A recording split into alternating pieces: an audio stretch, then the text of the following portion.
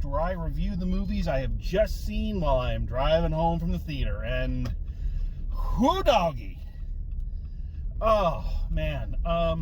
Folks, I am going to do my very best to do justice to the film I have just seen. It is part of the drawbacks of my chosen form of review that I'm trying to give immediate or as close to immediate reactions as I can, gut reactions. And I would say that about 75% of the time my gut reactions are correct, but every now and then, it hasn't happened often in the 10 years I've been doing this. 10 years, it's hard to believe that. But anyway, every so often there comes a movie that just ensnares your mind and captures your thoughts and is so well done, so amazing, such an experience that a gut reaction to it doesn't do it justice. I'm actually breaking with my format here. This is not as I drive home from the theaters. This is actually a day later because I was trying to give my thoughts time to settle, especially after an incident that happened after I left the theater, but we're not going to get into that right now. Because if I had reviewed this movie immediately after seeing it, this is what it would have sounded like. Yes, whoop-de-doo to the world. Whoop-de-doo, Mr. Florist. Whoop-de-doo, Mr. Physical Trainer. Whoop-de-doo, Mr. President. Whoop-de-doo, Tarantula Town. Oh, Disney World, Disney World, Disney World. Oh, I want to go to Disney World. Oh, Disney World, Disney World. Just completely incoherent and rambling. So I tried to take a little time to organize my thoughts on this, and I'm going to do my best to do justice to what I saw. And what I saw is, without question, one of the best movies, not only that I have seen all year, but one of the best movies I've seen in quite some time. If you are not on board the train, folks, if you have not grasped this in the past several years, I've been saying it since I saw Creed, so I feel justified in saying I got in on the ground floor of the train. Bad metaphor, sorry. But if you are not sold on the fact that Ryan Coogler is the finest filmmaker of his generation, then you are behind the times. You are you're a dinosaur in your thinking. Ryan Coogler quite simply is just that damn good. This is why, and this is a horror film, and anybody who's been a long-time listener knows that I see horror films fairly reluctantly. I'm not a big fan. I'll see them, and I've enjoyed certain ones. Last Night in Soho, Ready or Not, Abigail, things of that nature. But it takes an interesting hook or something to that effect to get me to go see a horror movie. And basically all you have to do, you could put this on a deodorant commercial. If you put directed by Ryan Coogler and starring Michael B. Jordan, my ass is there and you have my money. So yeah, this film, this is a unique one because it is his first, not his first, but in a long time, strictly original film. This isn't based on any other property like Rocky or a comic book. It's his own idea, it's his own thoughts. It's as personal a film as he has made up to this point. And bloody hell, man. I saw an interview with two other reviewers, and they were talking about we need more Ryan Coogler, and the debate kind of came up of, do you want more output but a diminishing return, or do you want him to take time and create, and maybe not have as big a filmography, but just have banger after banger? And I'm of the opinion that this is a guy kind of like Guillermo del Toro, that I want him to make a movie when he wants to make a movie, when he has a mission to make a movie, when he feels the desire to make a movie. That's when I want him to make a movie. I don't want him to just start making movies because he feels like he has to and run out of things to say. One of my favorite filmmakers of all time is Kevin Smith. And as a Kevin Smith fan, I can tell you Kevin Smith is at his best when he has something to say, when he has a point to make, when he has a specific theme he's trying to get across. When he's just kind of making a movie to make a movie, yeah, he's having fun, but the movies aren't as good. And I don't want that to happen to Ryan Coogler. He has my complete faith. You make a movie when you feel like you want to make a movie, buddy, and do it just like this one. So if you can't tell, this is going to be a rave. There's going to be a lot of gushing. This isn't going to be an anger-filled review, because I have racked my brains, and there is just not a lot to get, there's nothing to get angry about watching this movie. It is a pure cinematic experience. Like, I don't have anything that I'd be going, oh, well, you should have done this, or if they added that, or this character needed this, or whatever. There's none of that here. Like, I don't believe in anything being perfect. I don't believe there is such a thing as a perfect painting, a perfect piece of music. I always think there's something that can be done. But this is as close to perfect as I think a lot of films are going to get. I legitimately think that. Yeah. So, okay, let's try to break this down, and I'll try to keep the gushing to a minimum. So what is this movie about? Well, this movie is about two brothers, twins, both played by Michael B. Jordan, who we'll talk about here in a minute, who returned to Mississippi after having been gone for a while. They were kind of trouble boys. Apparently they fought in World War I, then they went to Chicago and were like heavies for Capone. What's interesting is that you never really know how much of the stories about them and what they did in Chicago are true, and what are ones that they have just kind of let the stories fester because it adds to their mystique. You never really know. You don't really get a full picture. But they return to Mississippi to basically start a juke joint for their people, for the black workers to come and listen to black music, and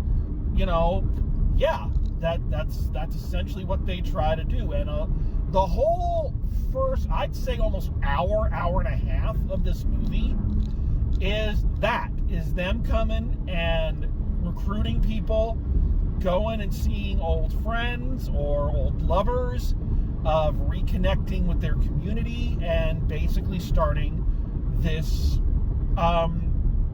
this juke joint. And in any other movie, this is where Ryan Coogler is amazing, all right?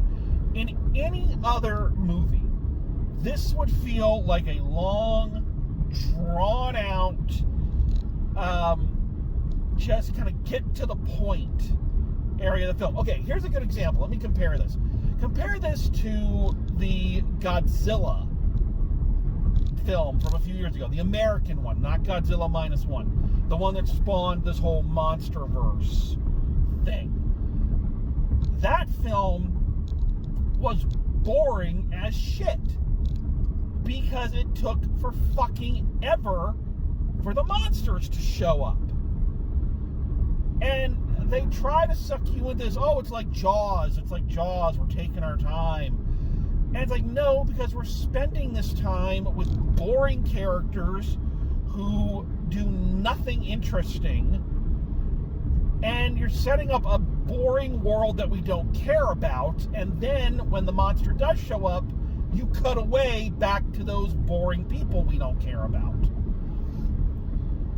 That is not the case with this movie.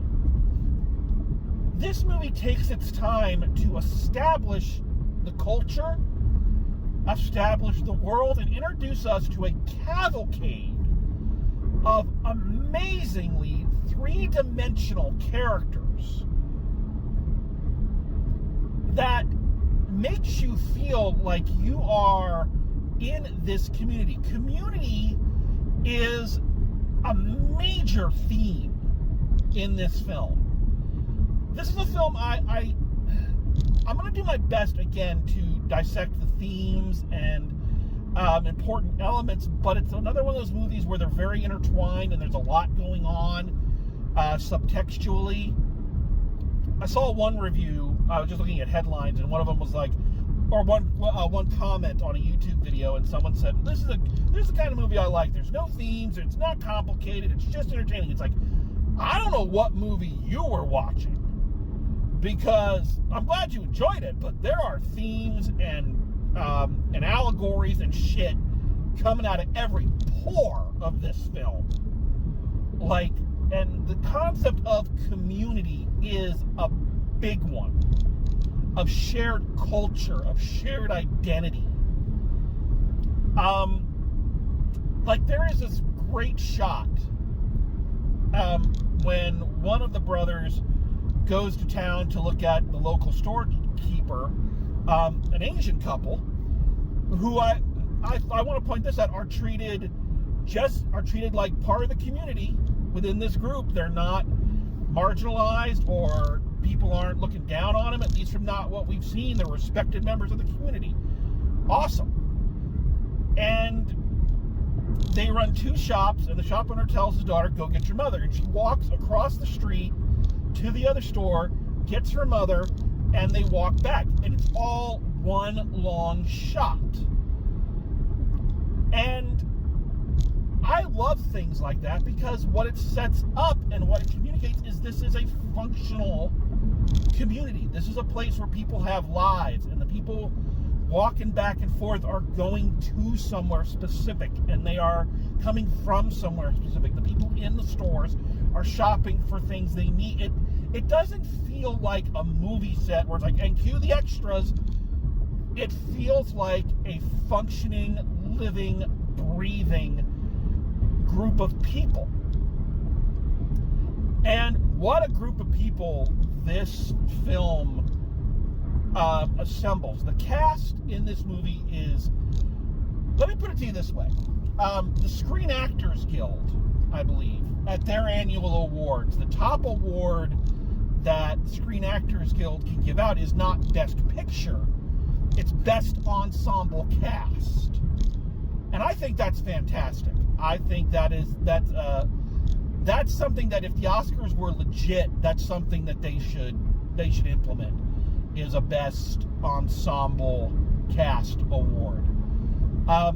This is one of the best ensembles I've ever seen in a movie. A group of actors who come together to create these fully realized characters. Even the smallest amount of screen time is given to characters that you feel you know and you feel connected to. The actors fill them with so much personality that, and none of them feel cliche.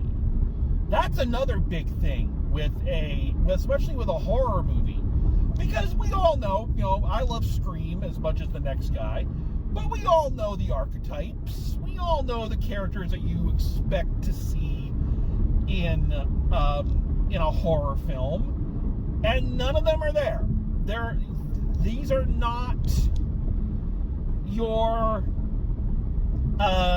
standard run-of-the-mill stock characters plug any actor in and let them go. That's not what this is.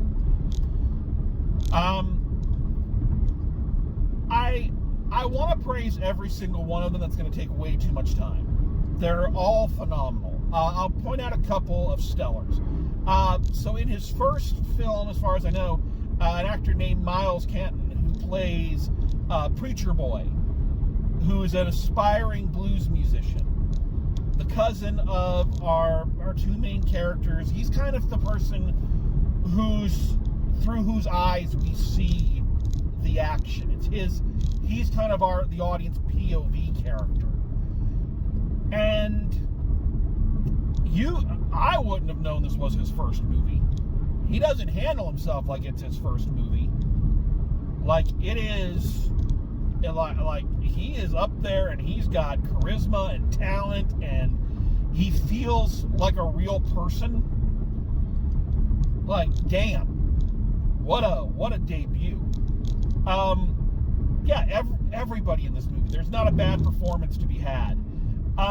Special shout outs. I gotta give one to Haley Steinfeld, what an actor she's becoming. What a range of roles and characters she is amassing for her filmography. It is insanely impressive. And hers, if any character was going to go in the stereotypical fashion, it could be hers. But this is something I appreciate from Ryan Coogler as a director, is that in all the films I've seen of his, which are predominantly black stories, they're black actors, he's a black director, it's a black point of view, that's awesome. It's one of the things I love about his films. But he never falls back on this kind of thing of all the white people are evil. You know, or that the ones that aren't evil are somehow cliche. He gives just as much care to those characters as he does the main characters. And you can't say that about a lot of white directors and writers. You can't. Like, again, especially in horror movies. So, it's like he cares about every character, and this is a phenomenal character that she plays. And of course, like, yeah, Michael B. Jordan, guys. Bloody Michael B. Jordan. Like, how in the fuck does this guy get off being that good looking, that fucking talented, that fucking charisma, and that fucking nice? The fact that they have, I don't normally do this, I don't call this a lot, like I hate the Oscars now, but if he doesn't snag a nomination for this, and moreover, if he doesn't win for this, then yeah, there's something stinky going on. Because he plays twins, and it's one of those things where I remember thinking, kind of like I did when I saw The Social Network, is like, why not just get real twins? I don't know, but it's Michael B. Jordan, so I don't give a shit. That's two Michael B. Jordans, guys.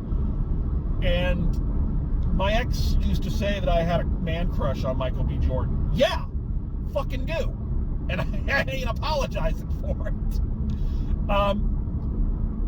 But he, like his buddy, proves why he is one of the best actors of his generation. Because a lesser actor would find some goofy way of distinguishing these two characters and, giving one of them a weird voice or something like that. No. They are distinguished by their actions, by their personalities, by the way they handle the people around them, by the way they handle their romantic relationships. And that's how you tell them apart. It's subtle. It takes more time and talent. And yeah, damn, what a performance. So the other thing, one of the other big thematic elements of this movie is shared culture. And that's expressed through music. music and music kind of traveling through the ages and being kind of the thing that connects generations is a big thematic element in this movie. And once again, we see the care and the extreme attention to details and the respect for the cultures that the music comes from. It's so lovingly done. You see the passion in this movie from its director and from its cast. You feel it. And passion, especially in music, is something that's very, very important, especially when it comes to things like blues and, the birth of R&B, which then goes into rock and roll and rap, and all these musical genres that we know and enjoy today all kind of have their origins from this kind of one spot. And the way Ryan Coogler does this, and he expresses this, is two of the greatest scenes I have ever witnessed in a movie. Like, these are two scenes that if the lights came up right after those scenes and was like, okay, movie's done, I would have been like, all right, got my money's worth, I'll pay to see it again.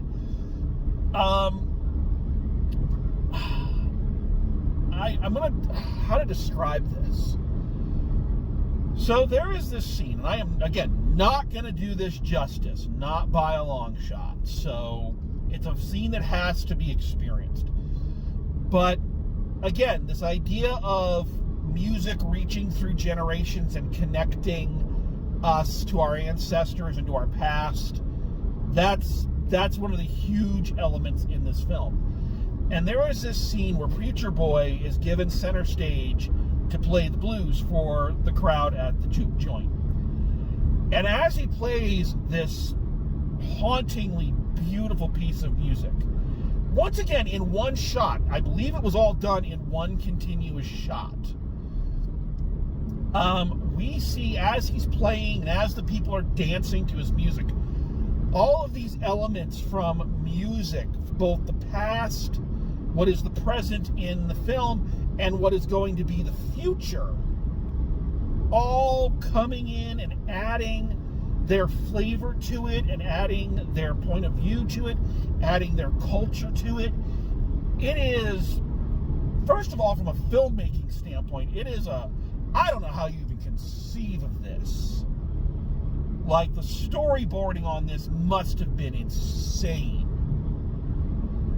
And then, whoever did the music arrangements, whoever,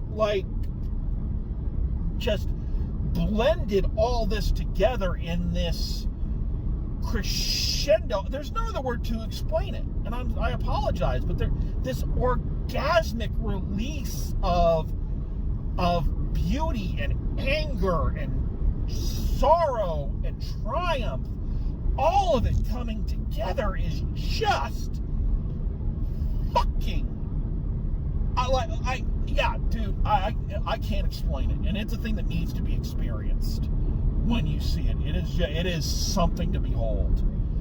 And he does it twice, because there's another scene, and I don't want to give too much away here, where our antagonists, music is a part of their lives too.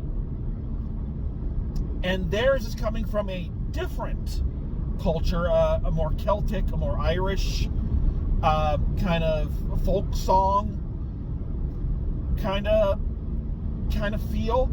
And they're out having a hootenanny, dancing around, and it's this mixture of an Irish dance number with black voices under it, kind of mixing the two cultures together. It's, once again, it's haunting and it's frightening, but it's oddly inviting. Yeah, it's crazy. And that's something else I really like about this movie. And I could be way off about this. So this is just a thought that kind of began in the corners of my brain. And I don't know if it holds water, but I like that our antagonists, our creatures, let's just call them, are taking from every culture that they come across. They are a blended community. They have white, they have black, they have Asian. Basically anybody they come across and convert joins their culture. And the thing is that once a person has been converted, their memories and their experiences become part of kind of like a hive mind, kind of like the Borg. And so they are sharing this culture. So even though they are clearly the bad guys, they are clearly, the people out to kill and maim and do all of this, there's this odd feeling that this collective culture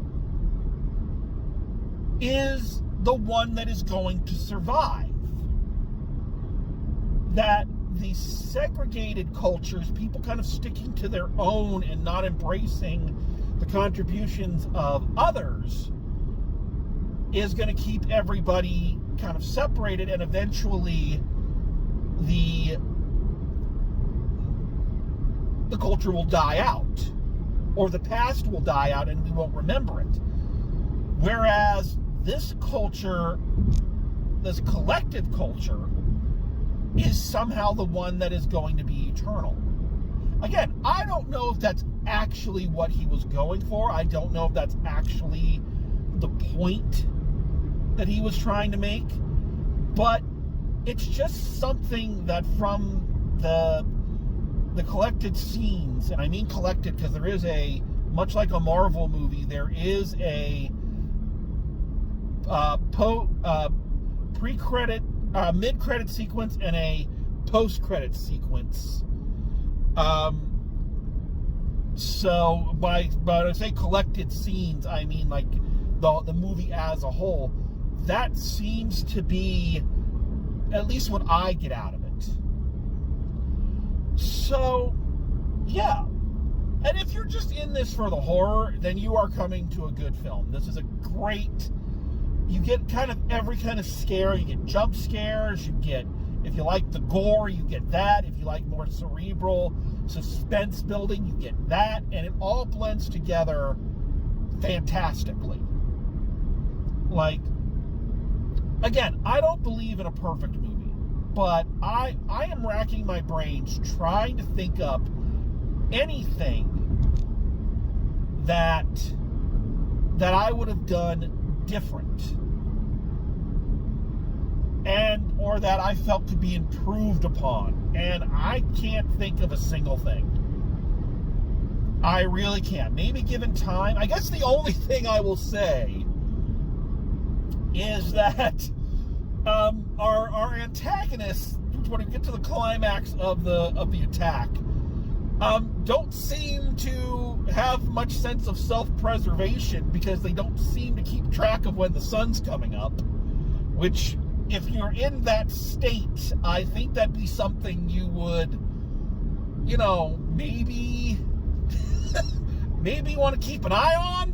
You might want to just make that a priority, and maybe say, okay, we're not going to kill everybody here tonight. We'll come back another time. Okay, so that's the one thing, is that the ending, the climax of that did feel a bit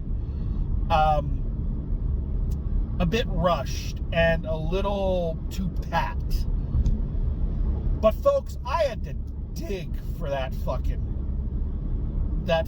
complaint. I had to really fight to find anything in this that I was like, that wasn't just pure awesomeness. So yeah, that's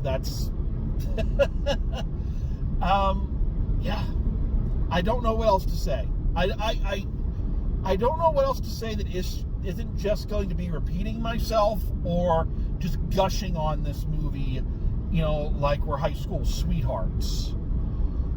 Bottom line, this is a phenomenal film. This is something I think people should see.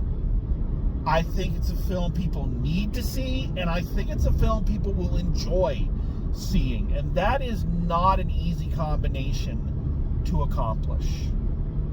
It just isn't. That's the other thing I'll say. The soundtrack, fucking phenomenal. There hasn't been a movie with this good of a soundtrack in a long, long time. And unlike other movies that have good soundtracks, but they're just because the songs are all good, this is almost like a musical where all the songs are influential and move the story along and tell you about the characters, and they have a purpose. They're not just there, you know? So once again, the time and care of Ryan Coogler and his collaborators is on full display. So yeah. I don't know what else. So let's wrap this up. If there's nothing else to say, there's nothing else to say. The only thing left to say is go see this fucking movie, and go see it now. Why are you listening to this if you haven't seen the movie? Go see it. So, okay, final grade for Sinners. It's an A+, guys. It is an A+ on this one. I can't recommend it enough. I can't wait till I can see it again. And right now, I know I said this about Companion. Right now, and I know it's only, April? It's the top contender for Best Picture of the Year for me. So we'll see what else happens, but damn, it's going to take a lot to knock this one off the pedestal. So there you have it. Go check it out. All right. So there you have it. Thank you for coming along. Thank you for listening to me, sound like a teenage girl when the Beatles pull up, or a man when Tom Brady comes around. So thank you for coming along. Thanks for listening. And we will see you next time. And as always, drive safe. And I will see you at the movies.